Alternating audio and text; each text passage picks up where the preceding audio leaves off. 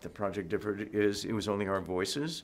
But other than that, and the fact that we did it in a day or two, all in a room together, me with Brian Cranston and Bill Murray and Edward Norton and I forget. Other than that, it was just like being in a Wes movie because he acts the same.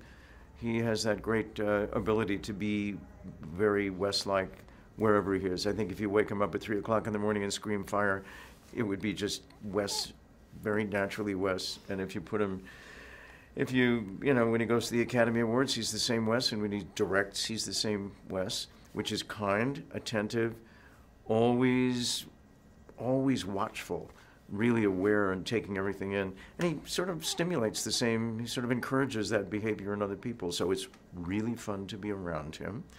And the experience of being the dog's voice was really just as complete an experience as just as being in a regular Wes movie.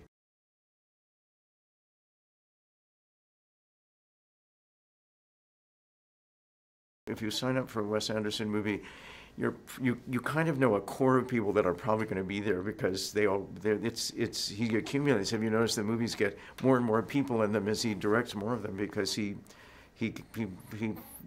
likes people that he works with and he wants to have them around, which is great.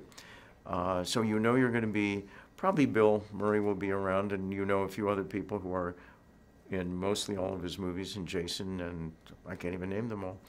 But you also know there'll be some surprises, and you know that you're in really great company, and that's the reason I think that everybody who's in his movies is quite happy to play a speck of dust on the rug or, a leading role for 16 weeks because it's a privilege.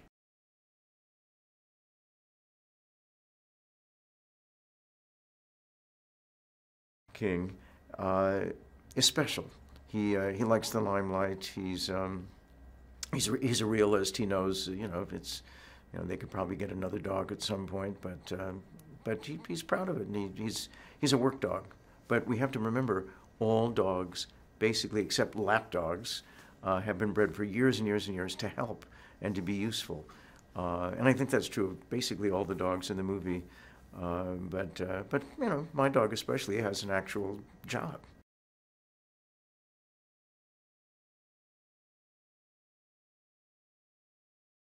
The themes are very Wes-like. They have to do with love and understanding and conflicts that arise when people aren't kind to each other, but the kind people do tend to win in Wes's movies. Not all the time, but a lot of the time.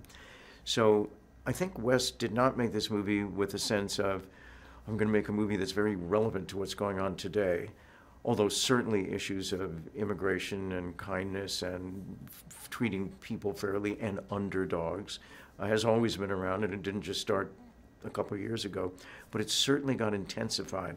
And the idea of a movie that's all about a whole species that is lied about,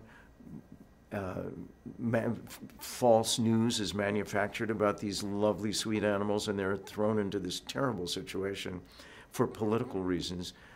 It's really a kind of a metaphor for what's going on with immigration today.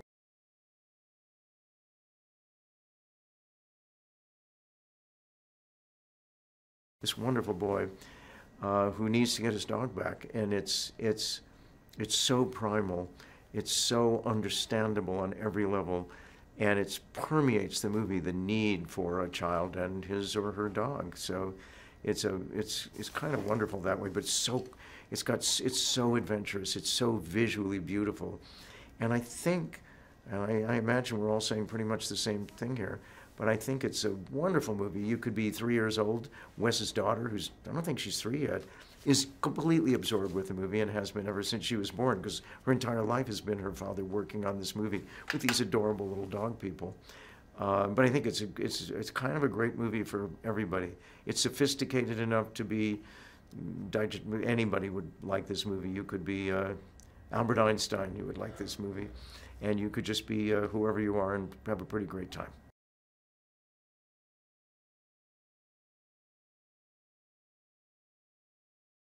I don't know how Wes made this movie look so gorgeous. I mean, he makes everything look very special. As you know, all of his movies, they're all different, but you're all aware of Wes's, the way he sees the world. He makes you see the world the way he does, and it's a wonderful world that he sees.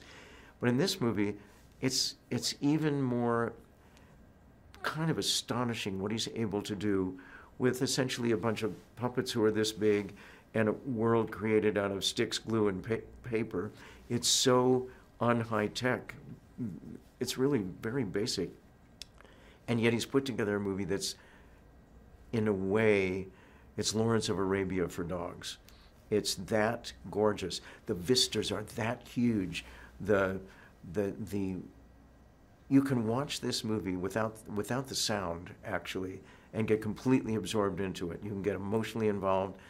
The way the way the dogs that we play are portrayed by these magnificent little creatures is so sensitive, funny, and intuitive.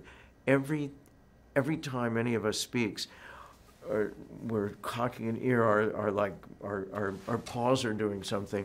It's not busy. It's just method acting for puppets. It's great.